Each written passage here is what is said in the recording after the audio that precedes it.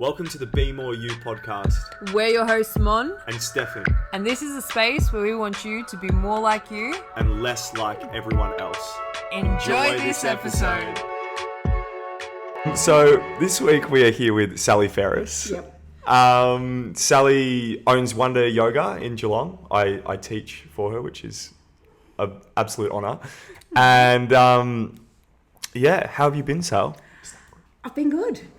You did well. I did well. You did good. You did good. I've been really good. Today's been a cruisy day, and looking forward to warmer weather and happier days, and life's pretty pleasant. I got to say, life's pretty pleasant. Love to hear. Yeah. Love to hear that, especially love to hear that. That, which shall not be named on this podcast after the year we've had.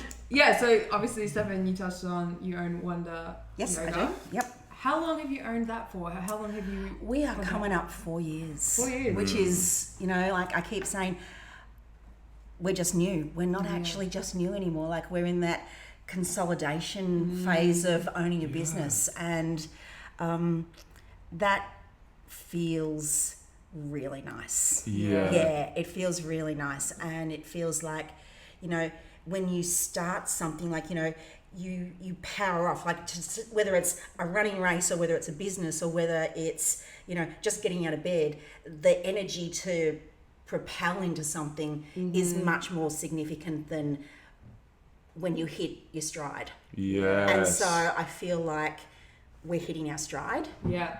As a team, in my role, which is the first time owning a business. Yeah. And so there are lots of that adrenaline rush of starting something has settled a bit, and that feels really nice. Yeah, that would. So 4 years. Wow. That's the short answer. Yeah. We love the long answers. Oh, mate. All the long answers. And I wanted to, just as you were talking then, because we've spoken about this a little bit, but there's I feel like there's such a pure intention at Wonder, and even the way that you go about getting teachers and the way that you go about the class styles and the combination of the strength-based stuff that supports your yoga practice. And I think you said to me one day, you've got to train to practice yoga. And that always really stuck with me. What was the intention going into opening Wonder? Because it's fucking beautiful in there. It is such an incredible community. So what was that energy going in, and what was that intention? The energy was that I wanted to create something that no one would ever want to leave. Yeah. I love that. And so we all want to try something, Yep. but what we want to hold on to is really, really important. And when it gets down to the nuts and bolts, we hold on to the things that are most important to us. And so when I was putting together the ideas behind it, the structure of what it might look like, it was all the things that came from my experience. Yeah. And I'm not young, and so I've got lots of experiences. And so it was just going back and sitting, and I'd like to say it was all yogi and I meditated on it, but I did add, and I do keep it pretty real. Very real. So there was to-do lists, and there was lots and lots of pros and cons, and it was not analytical, but it was very much a grounded and real pragmatic approach to what we wanted to provide in a community like Geelong, which we saw there was a gap for. Yeah, definitely. So it was lots of work, but it was literally just finding something that people would say, I've been there, I've done that. That's not what we wanted. We wanted people who walked in and went, this is my place. Yeah. And I think lots of people do have that. Yeah, even just I know Rich was telling me one day about just the designing of the simply the hallways. Yep. And the decision to make the hallways as wide as... Oh, mate, there were arguments. But if we make them smaller, we can put another mat in there and we can make $200 more a day. Well, I've got to say, the decision to go with the wider hallways, I didn't notice until I was started teaching there. Yeah. And then just spending time at other places Yep. and then coming in and going, What is it? what is it? And it wasn't Yeah. until I had that conversation and the penny dropped and I was like, that's what it is. So let's be honest, like I'm really good at lots of things, but architecture is not my thing. Like teaching yoga is my thing. And we actually had some amazing architects come in. Yeah. And, you know, if you want to do something good, surround yourself with good people. Yep. And so it's a really small world, and I'm going to do a shout out here because it was Folk Architecture. Yep. They're a Melbourne-based young firm. The guy who owns it his partner is Chris Wilson's brother, and Chris Wilson owned Yoke, which used to be in Geelong, which is a yoga studio. So it's all very interconnected. Yeah. And same architects down there. Yeah. So, And there are some similarities. Yeah. Yeah. so a lot goes into a yoga studio more than just... Look, I think that you can literally put a sign at the front door of a church hall and go, yoga class is $10, and that meets an absolute group of people who that's what they want. Yep. If you want to create something that's a little bit bigger or behemoth-like maybe, because it's pretty big, then you can do that too. But there is a lot behind the scenes, and I think that both of those formats and both of those offerings have validity and meet somebody's needs. And we just found a niche for us. You've definitely fostered a really welcoming community. We have. Yeah, I don't know how long I've been there. I think 2 years. A while. Maybe. Yeah. A while. And I'd been at other yoga studios, and I can't remember who told me to go to Wonder. And when I walked in, I was like, this is just different. This feels different. It's not like your typical yoga. It's like family in a way, but you don't know these people, but it's like you could go up to anybody there and speak to them, and no one would ever snub you off or anything like that. It's just a very close-knit community. I've made really good friends just by literally doing a Sunday morning class. Yeah. It's really, really nice and really, really powerful. So do you want to tell, there's a reason behind that, in that I started teaching yoga when I was in my mid-40s. So relatively late in, if you look at the cross-section of yoga teachers, they're predominantly in their 20s and 30s, certainly much younger. And I had a career prior to teaching yoga. Which we're going to touch on. But I had done and practiced yoga for years and years and years. Yeah. And so one of the things that I was aware of, that as a yoga teacher, I was a little bit different to the ordinary person who was part of that group of people, that collective. And it can be a little ostracizing, it can be a little bit daunting, especially when you're talking about physicality and asana and, all the things that come along with body image and ageism and all those kind of things.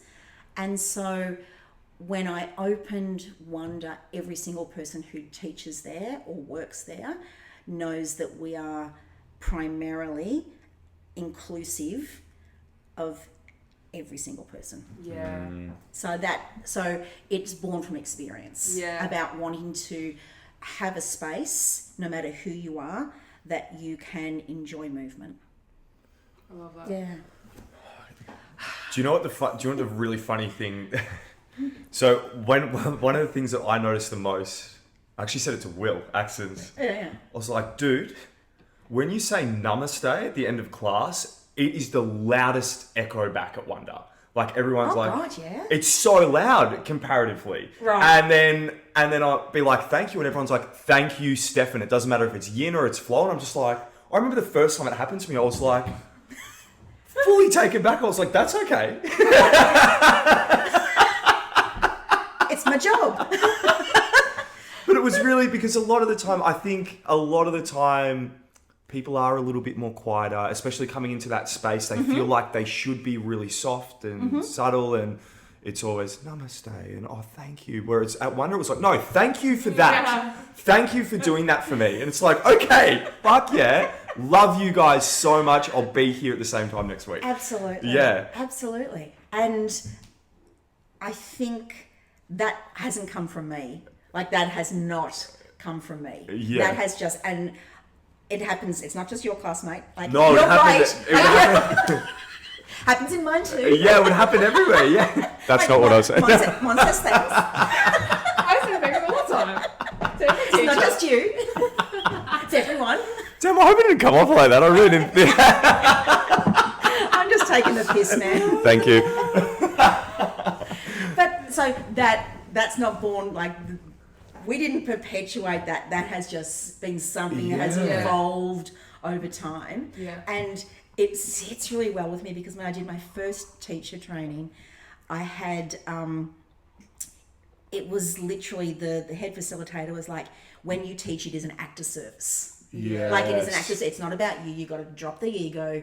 It's not about, you know, how many people like your class. It's like you have to shift the focus and you have to go, what can I give to that person in that moment? Yeah. And so people, then we've created such a beautiful space where people go, thank you for that. Yeah. And it's just, you know, it's a dance. It's Yeah. a dance, and I really, really strongly feel about little cliques within, like, yoga studios, and it happens all the time. Like, there's the cool kids, there's the one at the front, there's you know, it just happens, and we've been really, really focused on not creating that, and we see that reward that people just go, hey, we're in this together. This is a shared experience. Yeah. It's a shared experience, not just the students but the teacher. Like, and I'm sure you'll know and agree that if you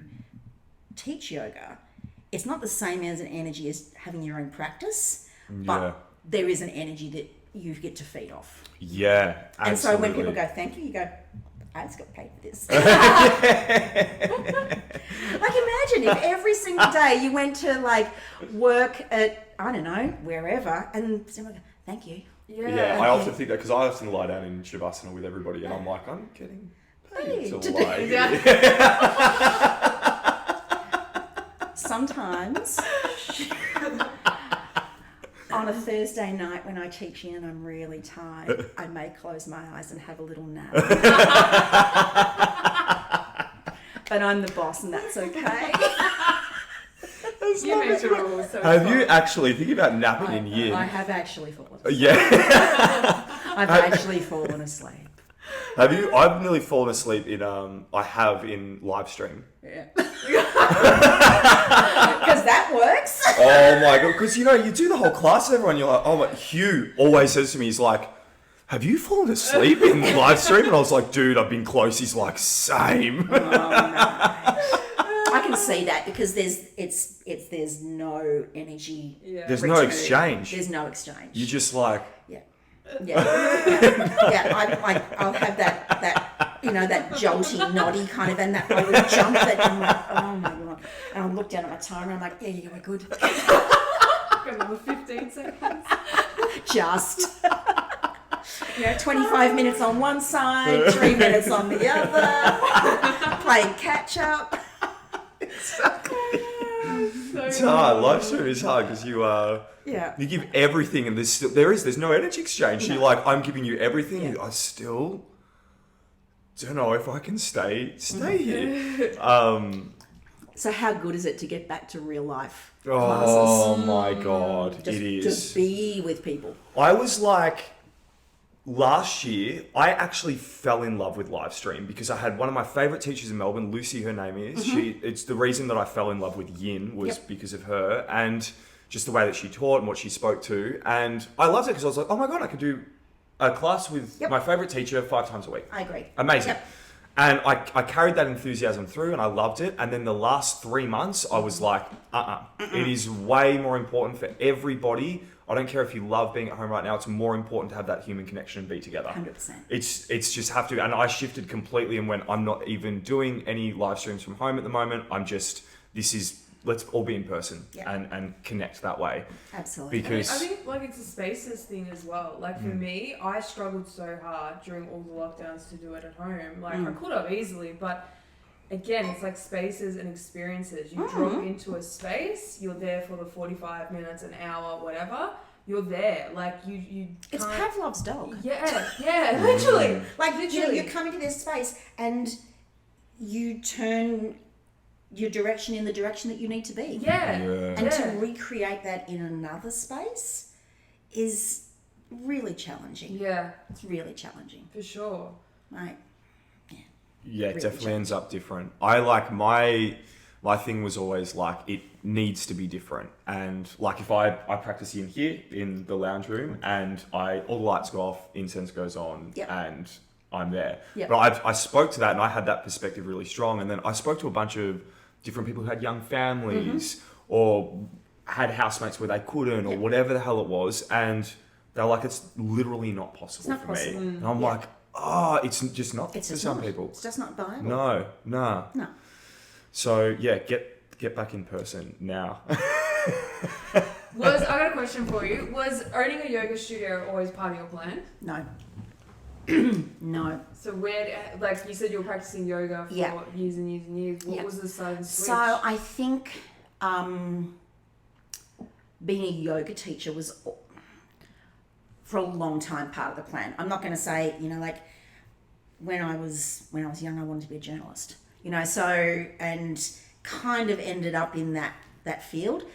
And I think probably from about my mid-30s, doing a yoga teacher training and becoming a teacher was certainly in the back of my mind. It was always there. And like I've got 4 kids and, mortgages, and like I was a fair way along like the treadmill. Yeah. And it didn't always kind of align with what everything else was going around in my world. But I ended up in Abu Dhabi. Oh. So I living there. So I lived in the Middle East for 3 years. And you have told me this. You told me this. I don't think I knew that. See, can I just preface this whole thing by saying, Sally was like, I don't know what we're talking about, I'm a boring person. And I was like, excuse me? Like dropping these random bombs. So I lived in the Middle East for 3 years and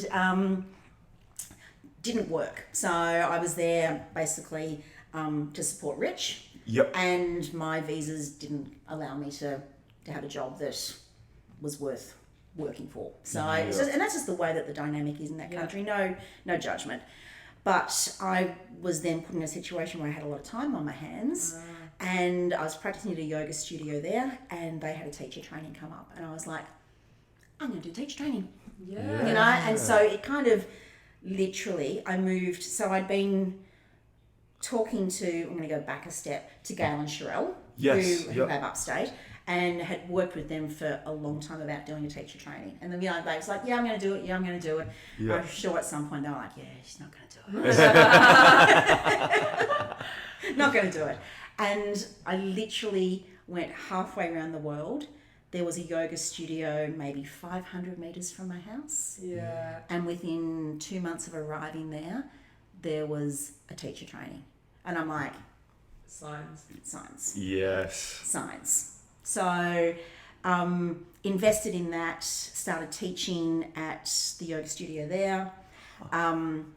Taught at maybe 3 or 4 different studios around Abu Dhabi, which is a big city. Yeah. And that was fun. Really enjoyed that. And then we moved back quite quickly. Shell, who Rich worked for, changed their whole structure and we all got, basically every expat got relocated back to their home countries. And so we arrived back in Geelong kind of like with 6 weeks notice, which was, like packed up, home, done. Wow. So I started teaching at a stack of studios around Geelong and was contemplating going back to work in media and, just trying to find that balance in my life. And because I worked my butt off in a corporate role for forever and then had this 3-year period where I worked as a yoga teacher and, had this flexibility in my life and it was spectacular and I loved it. And then I arrived back in Geelong and I was really cautious about falling back into like what I should do's and I can network, I can get myself a good job, it's going to pay well. I'm like, is that what I actually really want to do? And it was, the answer was no. And so I had spent maybe 18 months or so just doing the rounds of all the studios and just, teaching. And like, I really enjoyed it, but there's a part of me that is got a real creative streak, and that didn't feel like it was being met. So there's a creativity in sequencing and putting together classes and playlists and stuff, but I'm talking about like a real dynamic integrated marketing kind of experience, and like I'm really good at that as well. And I was like, maybe I should open up my own studio. And like literally it was a very off the cuff, and I was just like, okay. And it kind of snowballed. And Rich was really supportive about it, but he was still working very much in and out of country, so it was left up to me to, go, am I actually going to do this? And I had a few friends say to me, do you really want to own your own business? Like, because at the end of the day, that's what it is. Yeah. It's a business. Like, you still got to deal with the ATO, you still got to deal with the banks, you still got to deal with, HR laws. And, so do you actually really want to do that? And I'm like, yeah, I'm up for the challenge. And I certainly was up for the challenge, but I think the thing that shocked me is that I didn't think about running a business that was open from 6 a.m. to 9 p.m. at night, 7 days a week. Yeah. Yes. So it wasn't like you got to lock the door at 5:30 from the office and go home. Like, in the periods that you were, in theory, as a business owner in downtime, were the peak parts of your day. So like you bookend in this industry. Like, you're busy in the morning, the middle of the day is quiet, and the end of the day is really busy. And so all of a sudden I found that I was switched on for 14 hours a day, and that's not a good place to actually be. Yeah. And so I think I pretty quickly fell out of love with yoga. Like really quickly. Well, when I first started, I have never owned a business, but when I first started teaching with Upstate, I managed a studio in Balaclava. Yep. And I remember just being absolutely shocked because I'd teach there first thing in the morning. Yep. I mainly did mornings. Yep. But then I would be constantly going back for the second or last class to check up on teachers or to help teachers do things or in and out. And I was just like, this is what, it's like burnout. The hours of what I burnt out so quickly. Yeah. So whether you own it or you're managing it, it's the same.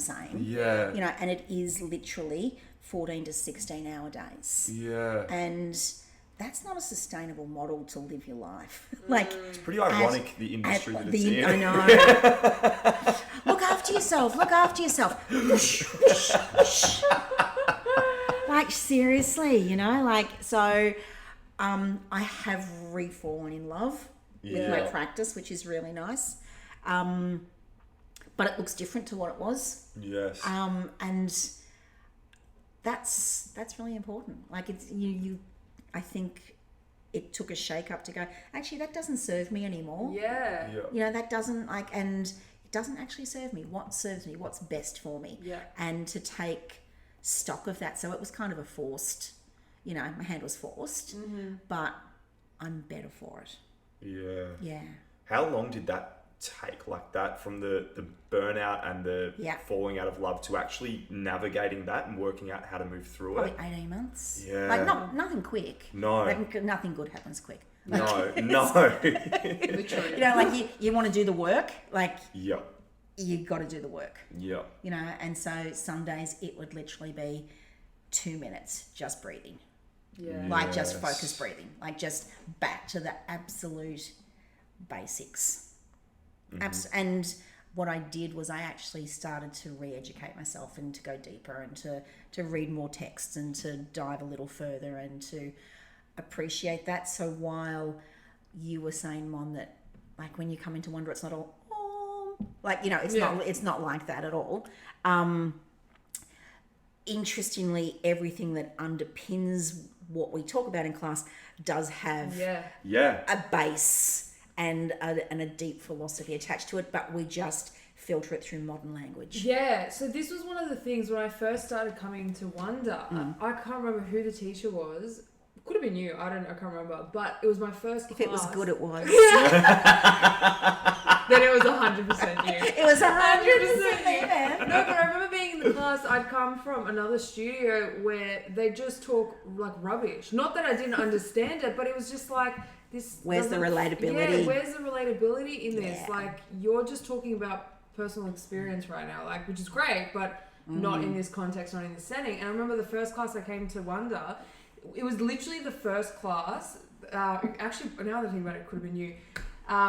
They said, and this is what completely changed my practice in yoga, like that whole your thoughts are not you, like just observe your thoughts. And I never understood what that meant. I was like, what the fuck do you mean? Don't like just be observing your thoughts. Like I am my thoughts. I think them. I am them. Yeah. And the teacher was like, I'm just gonna say it was you. You said, owning it. But you know, like just view it as a train, like it's just passing by, and it's not until you latch onto those thoughts and you pull them into your existence and give it that emotion and give it that attention that it will become a reality. Yeah. And I remember lying there just like, oh my god, I get yoga. I was like, oh my god, my whole life has just changed. And it was because like there was so much more beneath it. I'm going to fess up, that wasn't me because I've never used a train analogy. Well, feel free to use it. I'm not sure who it was. But I might use it tomorrow. Never use a train analogy. Okay. Love it. Love it. But like, it was just like, oh, and then all these light bulbs went on and I was like, I actually am starting to understand this and myself a bit more. Yeah. So as much as it's not all like airy-fairy, you know, like the teachings and the people that are the teachers that are there, they actually understand it, which is so critical. Like so critical. Yeah, because you can learn something and you can repeat it verbatim, but that doesn't mean you know it. Yes. You don't know it. Like you have to feel it and experience, and then to be able to filter it back in a way that, you know, that's a good teacher. Yeah. That's a good teacher. If someone just opens a textbook and says, okay, so chapter 2.4, we're going to read this, you haven't learned anything, like at all, you know. And I think that's where, like, you know, I'm not going to get into the education system, but like, you know, just teaching in general, like I think about what I want people to learn in my class, and I am really pragmatic, and I say, what are my learning outcomes? Yeah. You know, what do I want to achieve by the end of this class? Yeah. And then I have a bigger arc and I go, what do I want people at Wonder to know within 6 months? What do I want them to know? And start to then be curious enough and have enough wonder to actually go on that adventure. Yes, you know, themselves. And, you know, and then the self-perpetuation, then it's yoga. Yeah. Then it's yoga.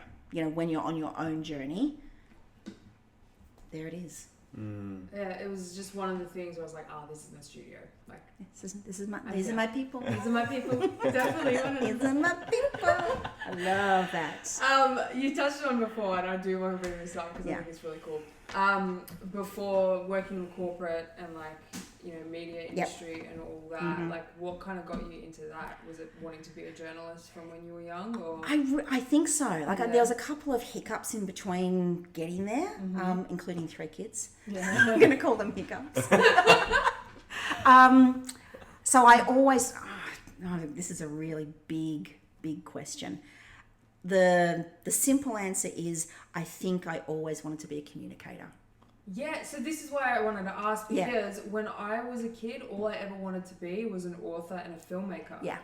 Because my love of storytelling was the thing that drove me in everything. And I look at like everything that I'm doing now and I'm like, oh, you've just gone back to that thing that you loved doing as a kid, which was storytelling.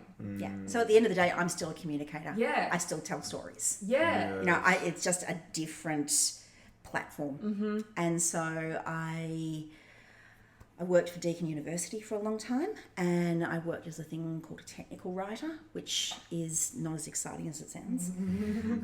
But it's a nuanced form of writing. And so I worked for them for a long time, creating manuals and documents and information management, which we'll just we'll stop that right there because it's boring and really technical. And then I I took another little break and had another kid.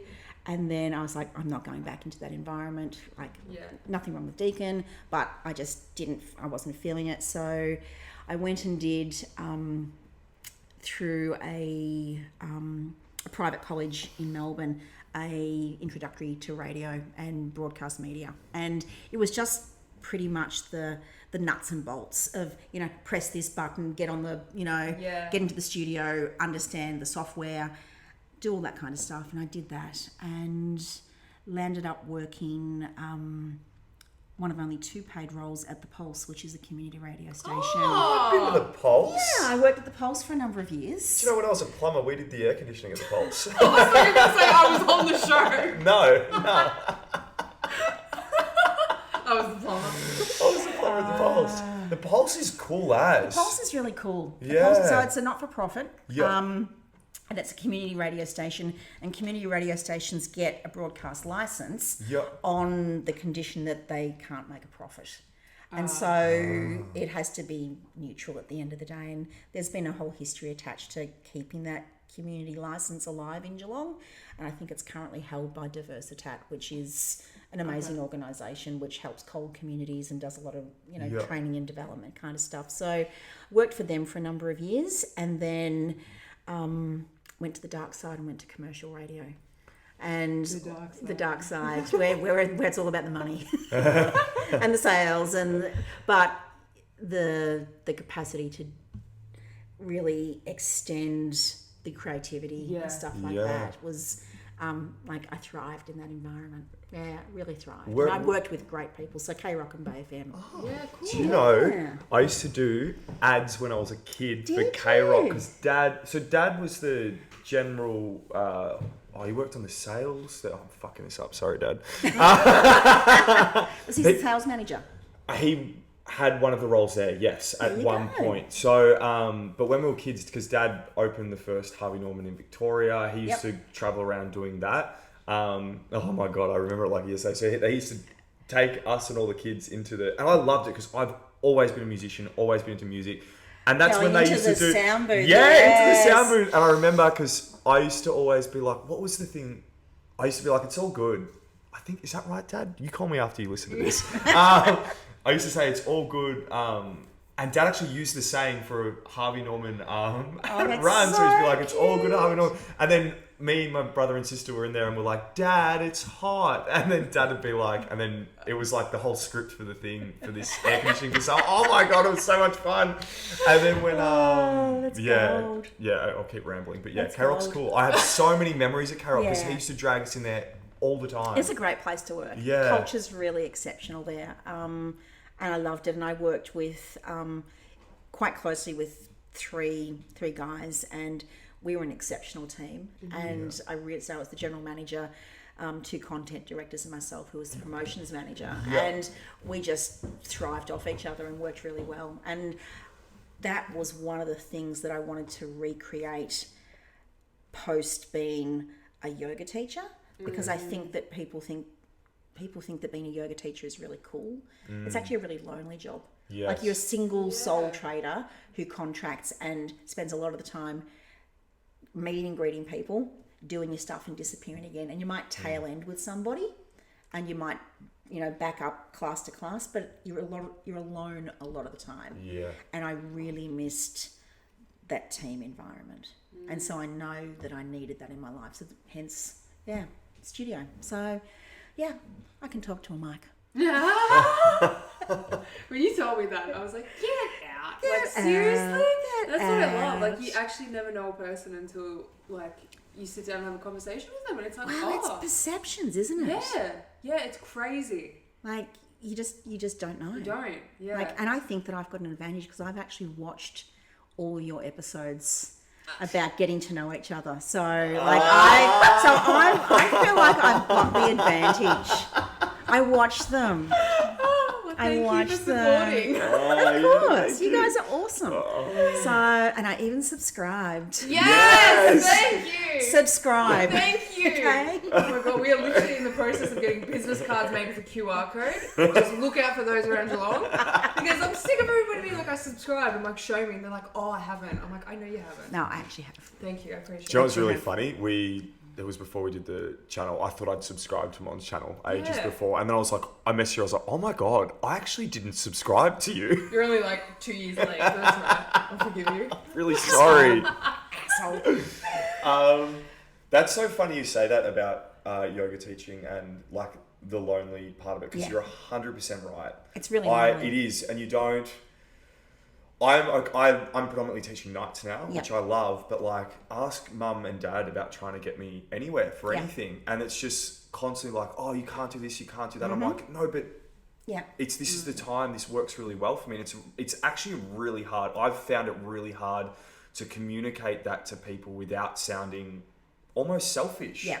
Because it's like, I'm doing this. Oh, can't you come after? I've got to be up early to do this, or I've got all day off. I work, and the rest of society does work. Yeah, absolutely. During the day. It's like being in hospo, you know? Yeah. But without the acknowledgement. Because everyone's also everyone's also like, but it's easy. You're just doing. You do split shifts every day. For most teachers, they do split shifts. They'll work early and they'll work, back to that bookend thing. So I was like, I don't need that in my life. Like as the primary, I just need to be around people. I'm a people person. There's a very good, like, it feels like a family at Wonder. Aww. It does. It's That's cool. how we feel about everybody. Yeah. Well, not everybody, but... I mean, like, the people that come in, like, No, not everyone is family. And they don't want to be part of it. And they do not want to be part of my family, let me tell you. Like, obviously, we're not going to talk about it, but like the last 2 years has been challenging for all small businesses. And like coming, like I'm going to say, out of it now. What are the like plans for Wonder? Because I know you mentioned the other day in your class about the yoga teacher training you guys are going to be undertaking. Do you have like bigger plans? Yeah, so... I know you probably can't reveal a lot of No. So, talking about what we don't talk about. Yeah. Like our business plan went south. Like, completely. It's just like, just rip that up. Like, we just need to reinvent the wheel. Yeah. And, like, I liked the wheel, but I want to get off that wheel. And I want to get back to where we were going to. And so, we decided that we're going to grow up. We're going to do a couple of teacher trainings next year. We're going on retreat. Maybe another studio at some point in time. I don't know. Like but I'm really open to possibilities. And really focusing on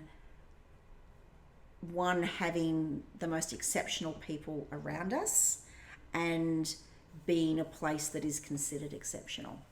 And I think balancing that, and I was talking to a friend this morning and I was like, I want everything to be perfect and I want everything to be perfect and I want everything to be perfect. And she was like, perfect destroys good and done. Yeah. And I was like, truth bomb. Like, shit, like seriously, like, because I'll be like, no, I don't want to do a teacher training until it's perfect. Well, it can't be perfect the first time you do something. Like if I was still the person teaching that I was 8 years ago, everything has to have an evolution, and I think we can get hamstrung, especially when you want to deliver something and you want, at the bottom line to be liked by people. Because at the end of the day, Wonder to some extent is an extension of my personality and it's an extension of my values. And I don't want anyone to say, oh, I didn't really enjoy that. Because it's really, I'm as vulnerable as the next person. I don't have thick skin. Like I'm as screwed up as anybody else. Like I've never been me today. Like, the me that's me never existed before. So I'm new. Today I'm new. And so I want things to be perfect. And when you get down to that, it's just like you'll just lock yourself in. You'll kill your dreams. You'll kill your dreams. Yeah. You'll kill your dreams. Yeah. And so she was like, perfection, drop it, good and done. Yeah. That's what you need to aim for. I've always seen because I used to always tell myself, oh, I'm such a perfectionist. Yeah. And it was mainly because, like, when I was younger, growing up, everyone would say that about me. Yep. I always wanted things Self-fulfilling prophecies. Yeah, right. And constantly being told that, I would keep raising the expectation on myself. Be like, I have to be better. I've got to be better. I've got to be better. This isn't good enough. Because, again, it goes back to the whole people-pleasing thing. Yeah. But it wasn't until I started my YouTube channel and I set myself the task of every week on the same day a video has to be uploaded for a whole year. No negotiating. It's that day at 9 p.m. That's it. Yeah. And it was just like a personal thing for me. And what I realized was, like, perfectionism is bullshit because all that leads to is procrastination. Yeah, absolutely. Like 100%. If you don't give yourself that title of I'm a perfectionist, I can't do something till... You'll never do anything. You'll never do anything. You'll You'll never do stay in the anything. same spot. You'll never do anything. Everything's just going to be an idea. Yep. With no action. Yeah. Procrastination. Yeah. Absolutely. Yeah, I'm going through that with songwriting and everything at the moment. I've been feeling writing and noticing and moving through it for the first time ever because I think I've cleared out of a lot of self-worth things of late and actually feel, like what you said on the phone earlier, willing and accepting to receive. Yep. And it's so funny because I think on the other side of that perfectionism into that good and done, fuck, it's so much more fun. Yeah. Because, like, absolutely. what I've been noticing, I'm just like, oh, I get to, this is this. So I'll put it in the form of a song. This song is this right now. Fuck yeah. By the time I record it might be a little bit different, but it might not. But the next one, I get to try something else. Yep. And I get to do another one, and I get to do it. And, like, if that goal is perfectionism, yes, it's the procrastination.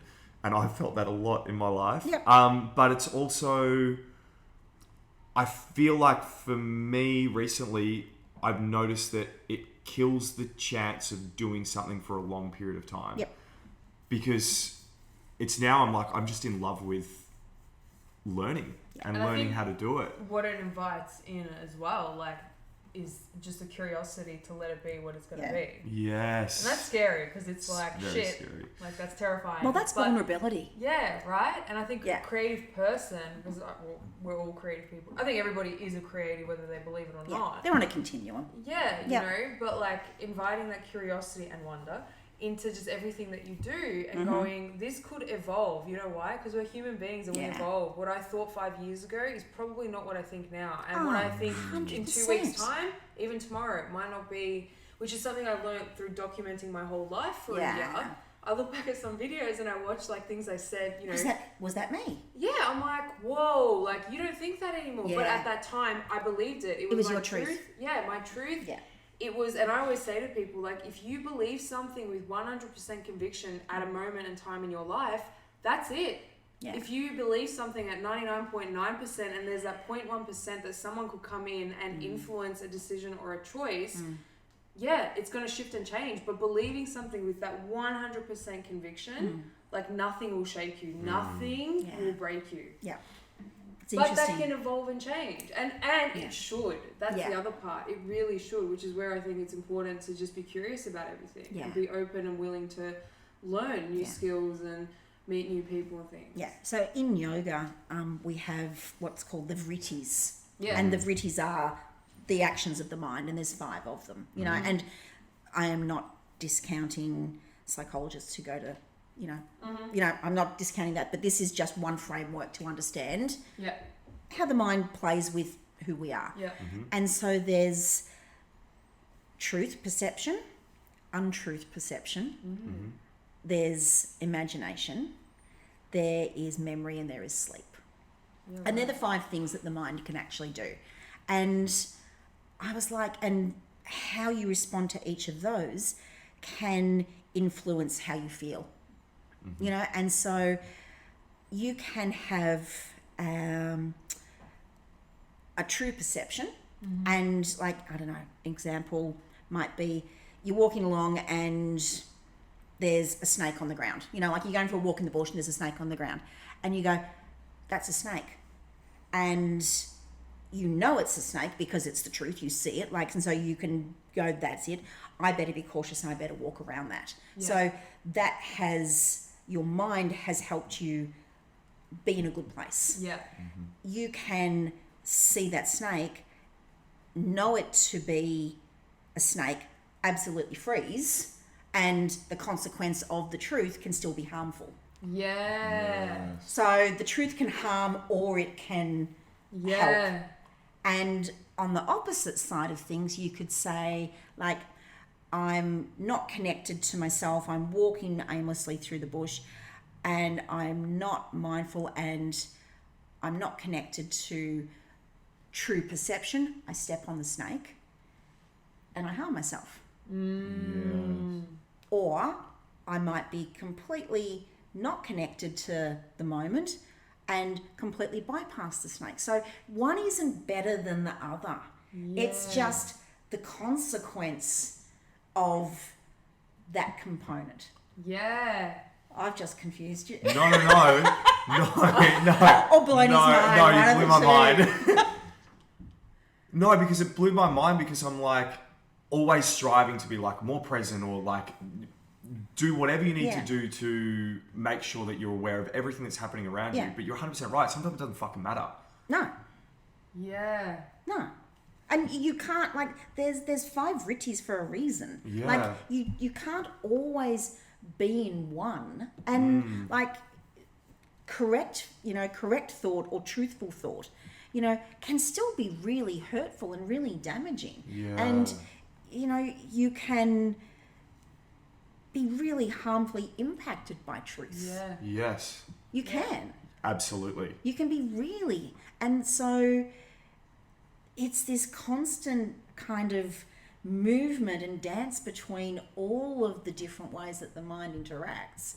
And perception, or this true perception or untrue perception, is really how we move about our days. Yeah. And I know that people meet me at the, I'm going to go back to the studio, is that apart from, I don't know how we're going to snakes, I hate snakes. I actually hate snakes. Like, I'm petrified of them. Don't tell me that, because as soon as someone says I'm really scared of something, I'm like, let's go. Yeah. Let's go. Oh, no. I used to have dreams of snakes flying through the air. Really? In my parents' house, and my sister, who was younger than me, used to share a room when we were little, and you know how, like, you'll, like, have your doona and it'll kind of have, like, a little, like, curve, like, how it's folded over a little bit? Yeah. She used to have to come and smooth them out to prove they weren't snakes. Really? Like, I was that, and she was, like, 2 years younger than me. And she used to have to check under the bed that there was no snakes. Did you have a bad experience, or? Not that I'm aware of, but maybe I need to dig a little deeper. So no snake? No snake issues. I put a snake card last night. No snakes.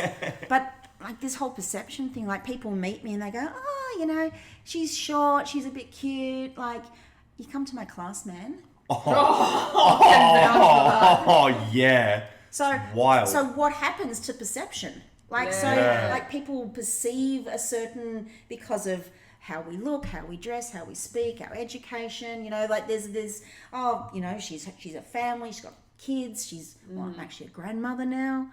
Like, so there's the perception and bias attached to that, and then you get into my place and my zone, and I smack out that perception pretty quick. Yeah. Very heavily too. And so one's not good or one's not right, but I think we need to be really constantly aware of what our mind is doing and how that can bring us to a place of peace. And sometimes checking out is okay. Yeah, that's what I've been learning this year. Checking out is okay. Yeah. You don't need to be hyper vigilant in truth every single moment, and it's okay to have points where you daydream. Yeah. It's okay to have points where you sit with memory. It's okay for all of those things. They are part of who we are. And it's just not getting too caught up in one of the components. Yeah. Ariel calls it humaning. She's like, Stefan, if I've been going through a lot, if I've been seeing my kinesiologist, or if I've been doing work with her, or if we've been talking through heaps of stuff, she's like, Stefan, just go fucking human. Like, be a human. Yeah, go be human. Just go be human. Don't be perfect. You don't need anything Back else. to perfection. Yeah. Back to this constant striving. And I think within the wellness sector, there is a really strong focus on continually striving for improvement and betterment. And I think that the underpinning of everything, yoga teaches us that we're already perfect. Yeah. We're already perfect. You don't need to change anything. You might need to work on some stuff, but you don't need to change. Yeah. Couldn't agree more. You don't need to change. That was You are who you are. Yeah. No, You are who you are. Exactly. That is something that I have literally, again, I'm going to take it back to the YouTube channel. This thing exposed so much of me, and I always reference it because I'm like, when you have to sit there and watch yourself every single week recording something, you're currently experiencing this, aren't you? Yeah, it's wild. Yeah. But when you're doing that and you're moving through the motions, like you've seen where you start in a year, you see where you end, like the highs, the lows and everything. Having to, like for me, having to sit there and edit and watch myself, like I learned so much about myself that it got to a point where I was like, I'm exhausted from constantly trying to feel like I have to work on myself. But you were perfect at the start. Yeah. You were already perfect. That's it. And then I was just like, for me, the first question was, who am I doing this for now? Like, am I still trying to do this for me? Or is it now I have this persona and identity of the chick that shows up every single week and like talks about X, Y, and Z? And I never want to pigeonhole myself into one thing to only be that thing, because I now understand how much I change in a month. Like people who haven't seen me in 3 months go, what have you been up to? I'm like, you don't actually know who I am anymore. No. I have changed so for the better, like always for the better, but like I've evolved, not even changed, evolved so much in 3 months that people will talk to me now and be like, who are you? And then they'll mistaken that as me trying to be something completely different. I'm like, no, this is just where I'm at. You're not different. This is just where I'm at. Yeah. You're not different. Yeah. You're just in a different place. Yes. Yes. 100%. Like, our soul's our soul. Like, it doesn't change. Yeah. It's the, I mean, I'm getting a little bit philosophical here. I love it. But our soul's our soul. You know, the soul you had as a child is the soul that you will die with. Like, it is a constant moving through time and trajectory universes. Yeah. It is perfect. Yeah. I just got goosebumps. Okay, I can go now. Did we get the moment? We got the Instagram little We got the snippet. snippet. I'm out. Just mic Places to go. It's so true though. It's honestly like, I've actually been looking into the whole souls, like the soul just fascinates me. And there's that element of, I don't know if I was saying this to you, there's this element of fantasy about it that I just love. And again, it just goes back to when I was a kid. I just loved living in these fantasy lands where it's like learning about like the soul's journey and how, you know, I look at some people I meet in my life now and I go, we've met before. Like, I don't know how. Absolutely. But like, I know you and I've never met you before. And then I have those little instances where I'm like, oh, I wonder what lifetime I met you in. Maybe it was in like 1500s or like...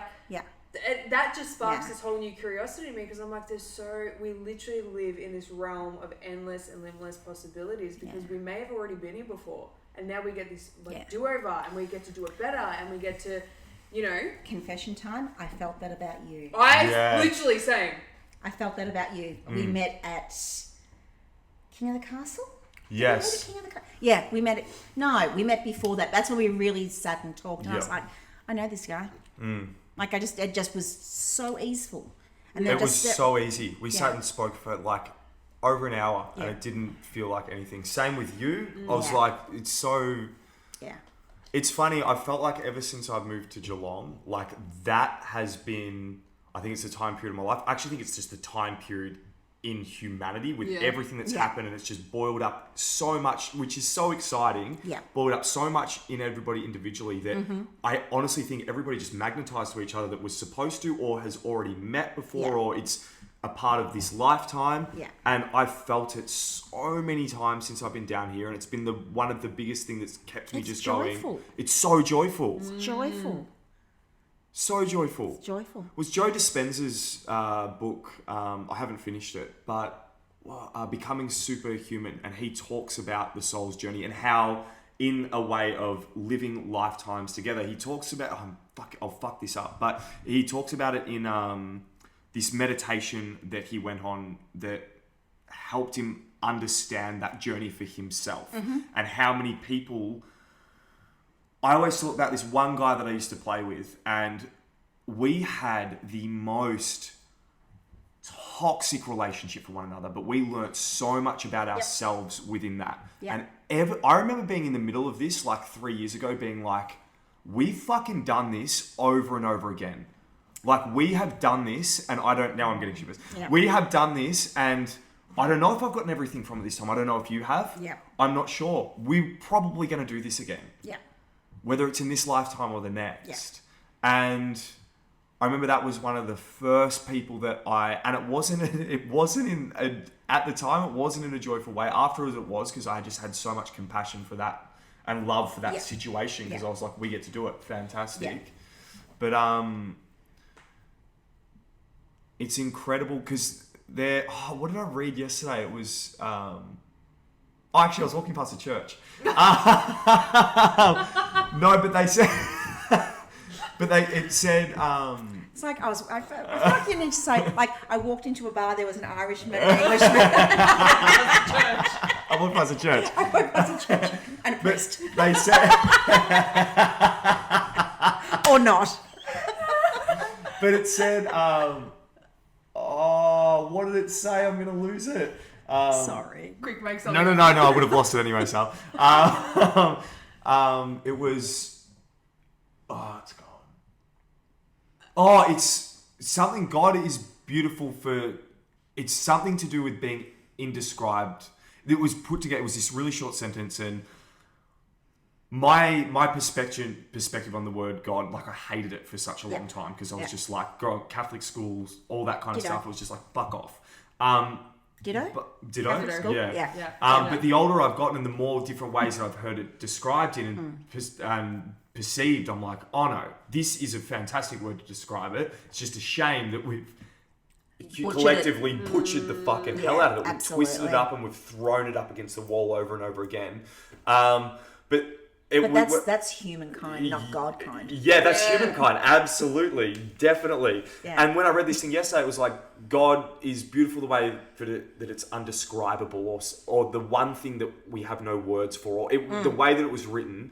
And that's the only way I can describe running into Mon, running into Sal, and having that feeling. It's like, I'm never going to be able to describe that feeling to somebody, or having those mystical experiences and mystical moments where you're just like, I can't describe this. And I think it's funny because, like, as humans, we feel the need, or I personally think, like, we always feel the need to have that justification and logic reasoning behind something that we can't explain. Yeah. We can't explain stuff like that. But we try and we try and we try and we try, and we end up driving ourselves mad because it's like, this thing just is what it is. Yeah. Like, there doesn't need to be this crazy long explanation and justification. Like, completely. I had an experience with one of my teachers, and he framed God as love, like just pure love. Like, so whatever,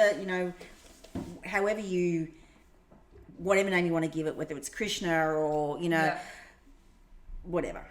And we were at the end of a teacher training, and there was maybe 50 of us in the room, and he spoke to, so we're in this beautiful meditation, and there was, like, a lot of love in the room. Like, it was just that collective coming together. And he asked us to feel horizontal love. And so he explained it, and like, so, like that kinesthetic awareness of someone else beside you, and like become connected to that and feel their energy and start to feel horizontal love. And like, so horizontal love is everywhere. We just have learnt to block it out. Yes. It's there, you know, so you just have to like, put my hand there, and if I sit with it long enough, I will feel your connection. And that is love. And then we had this moment, and like I came from a framework of, you know, Catholic, you know, church and school and everything else, and kind of had let that go a very, very long time ago and wasn't part of my identity. And then he said, I want you to sit now and I want you to feel vertical love. And so like the energy that you felt from every single person around you, and then to filter that vertically, and I just felt this amazing connection to something significantly more powerful than I could ever possibly explain. And so like we witness vertical love in a horizontal way, and God is within all of us. Wow, that is really cool. I've never heard it explained like that. No. I'm not going to take credit for it. So Ian Finn. So that's not my words, but his words, and it was a game changer for me. You know, because I still don't associate myself with, you know, traditional Christian philosophy and teachings, but to cut off my nose to spite my face and say, hang on, just because that framework didn't work doesn't mean that there's not another framework. And it's not even a framework, it's just energy. Yes. It's just energy. And like, so the person next to me heard the same things and could have had a completely different experience based on everything that they were up until that moment. Yeah. Oh, that's so important. Like bringing it back to the only way everything started making, I'm not even going to say making sense, but I've felt into it more, is exactly that. Understanding it's all energy. And it's all completely experiential, and it's going to be different for every single person. Yeah. But all of those frameworks just make a little, all just make a little more sense. There's this guy, Jed, his name is, he's a freaking legend. He's a drummer, he's amazing. And he has this Reels thing on Instagram, and he talks to, I'm sorry if I screw this up, Jed. I don't know if you listen to it, but you should. But you should. But he does a lot of and subscribe. He would have. I'll message him when we get off this. But he reads a lot of passages out of the Bible. Yep. And he talks to that with more passion than I've ever heard anybody talk to at all. And he's putting reels up every day right now. Yep.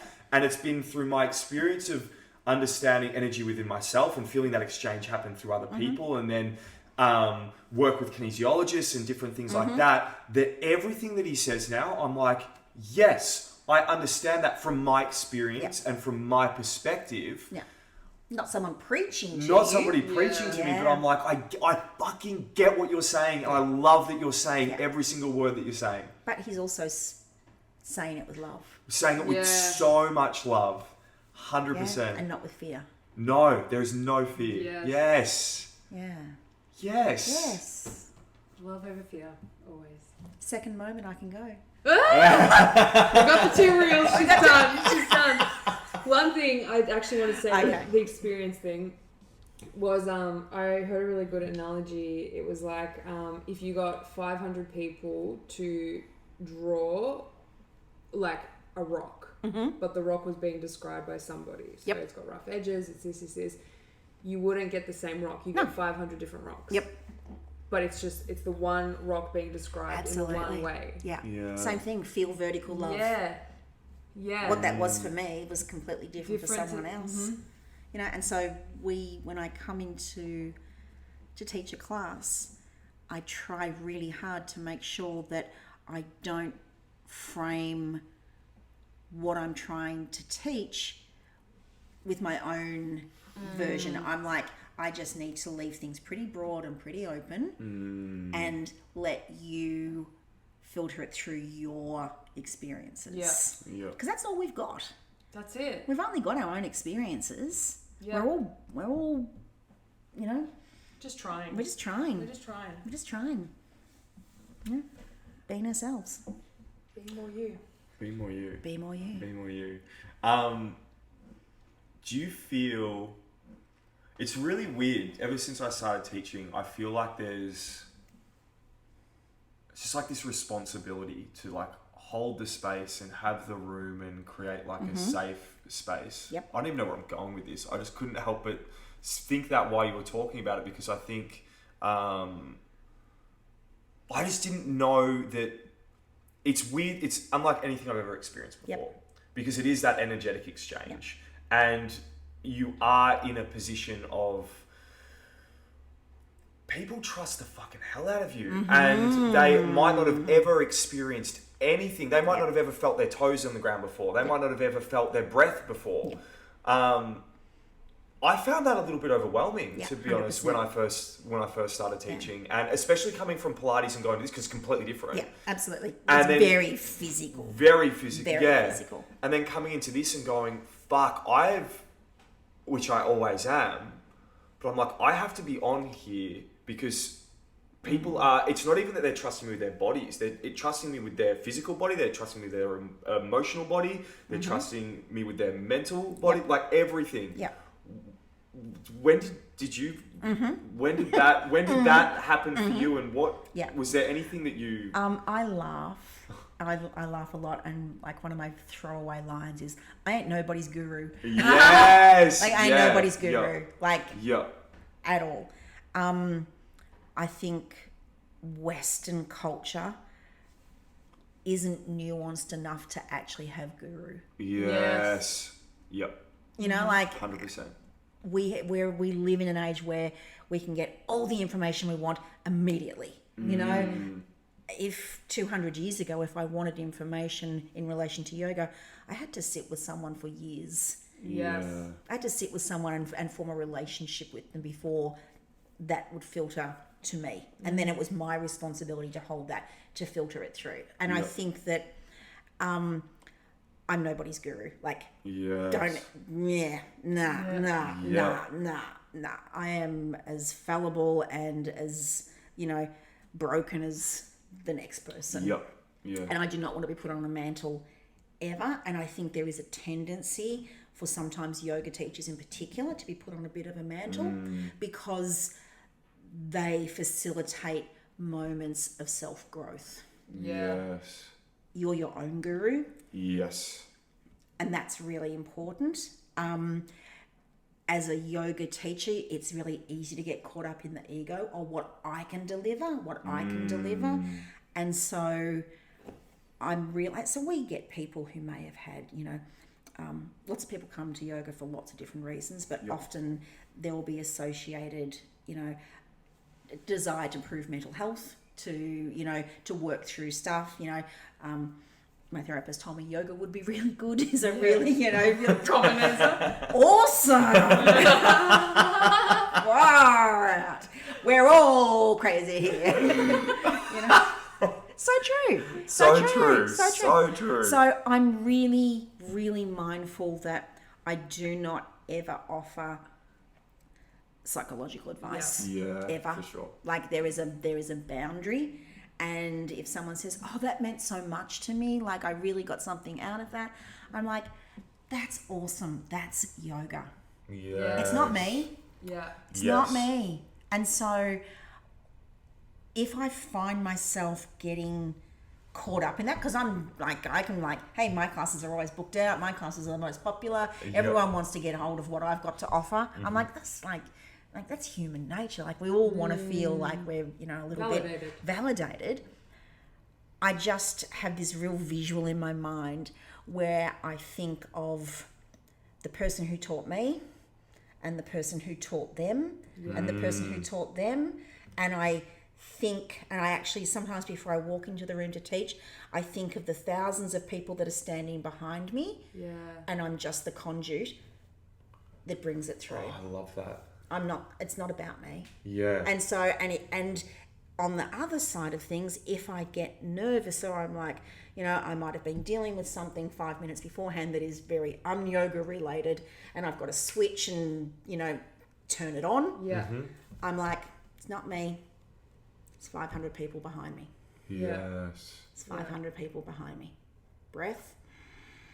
I have a couple little like weird things that I do before I teach a class, which I get really I get really freaky if someone wants to come in after me. I'm like, you gotta go in first. No, same. I got stuff. It's like wearing my, footy player who wears his his lucky jocks. I've got a couple of things I do before I walk into class. Just weird little nuanced behaviours. Yep. And then I'm okay.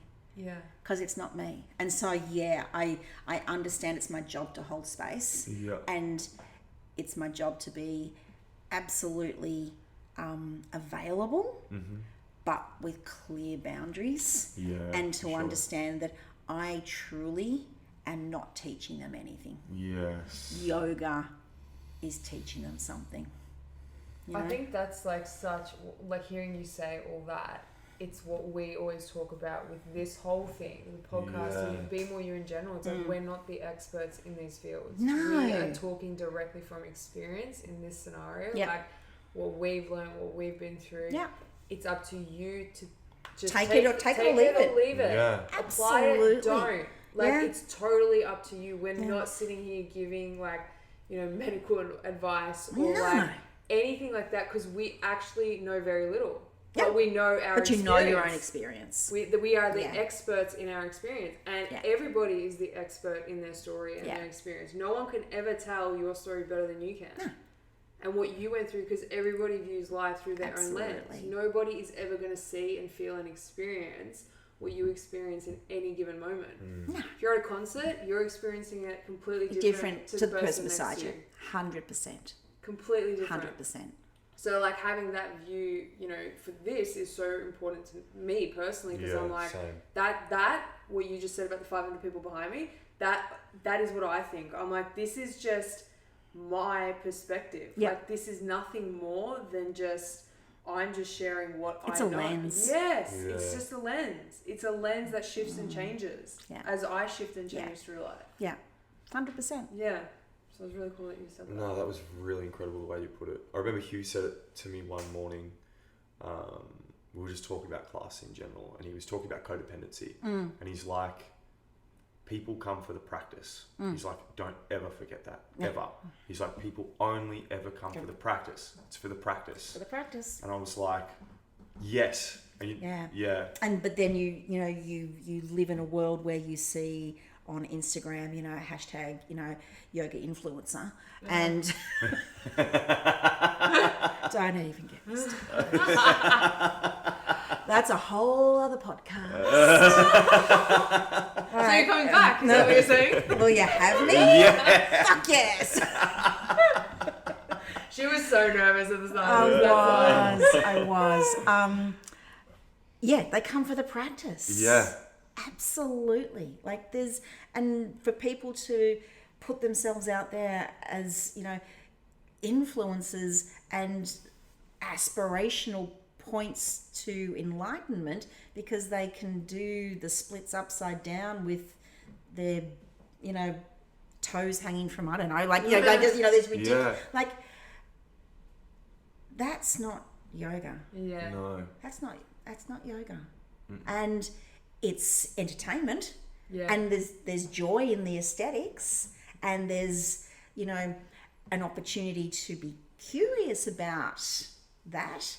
But no gymnast ever said, I'm the most enlightened being on the planet because I can do a double, triple pike off or something or other.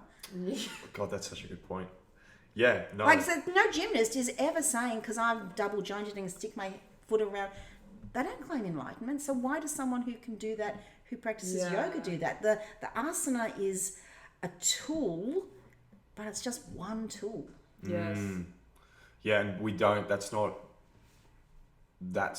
how the West perceives yoga. No, that's not spoken about in the West at all. No, I was listening to a really interesting podcast the other day, and they said, at no other point in history has yoga ever been practiced like this. Yeah. Did you? I don't know. I listened to something like that, and at no other point in history has yoga ever been practiced like this. Never have you been able to go and exchange money to go and do a class. No. Ever. It's always been passed down, like what you were saying earlier. Yeah. Never.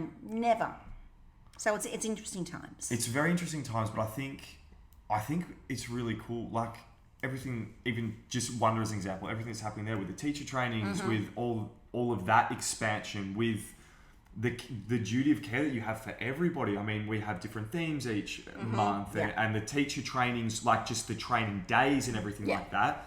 That's sort of annihilating that. Do you know what I mean? That's like, all right, we live in the West. There has to be some sort of framework in order for this exchange to happen. Otherwise, it wouldn't be. We couldn't. I need to put food on the table. Exactly. All the teachers have to put food on the table. Absolutely. Everybody has to put food on the table. So it's like, how do we create that? I think it's a balance. There's a balance, but there's so many amazing places that are doing that now too, and having that further education, so people don't go, oh, yoga, handstand, or warrior something, downward facing dog. It's everyone knows downward facing dog. Downward facing dog. I should have started with that. But yeah, I think it's cool because with the lack of connection that we've gone through over the last 18 months, everybody is starved and craving for connection. So I think that's just going to slingshot all of these, especially this industry. So come to Wonder. Come to Wonder. You'll see us there. And me a lot. Although not 16-hour days anymore. Good. Well, I think that's all the questions I have for you, and we covered a lot. We did. Yeah, I don't. That was fun. Yeah, it is fun. God, I'm glad you said that. It's fun. I'm so glad you said that. You just know that I wanted to be prepared. I wanted notes. I wanted quotes. I wanted a theme. I wanted perfection. Yeah. Did you throw your phone when we said no? It's just a conversation. Don't worry about it. Well, we got way more than 2 Instagram reel snippets. So just FYI. Amazeballs. But yeah, I just want to say a massive thank you for saying welcome. Yes to Loving this, what you guys are doing. Loving it. Loving what you're doing, and there's, like we said, the space and the community that you're growing. Thanks, Geelong. Mon. It's It's beautiful. Special. Super grateful to be a part of it. We love you guys. We love you. Aww. Ferris, I know your last name now. I can stalk you on Instagram. One's like, I'll find you. Thank you guys for listening to this week's episode. Do you want to outro it, Stefan? And like and subscribe. That's what I say. Like and subscribe. Find us on Instagram and YouTube and Spotify and Apple Music and Apple Podcasts. We're going to work on that one. We're going to work on it. I'll write out a script, and I promise it'll be. And be more you. Be more you. Be more you.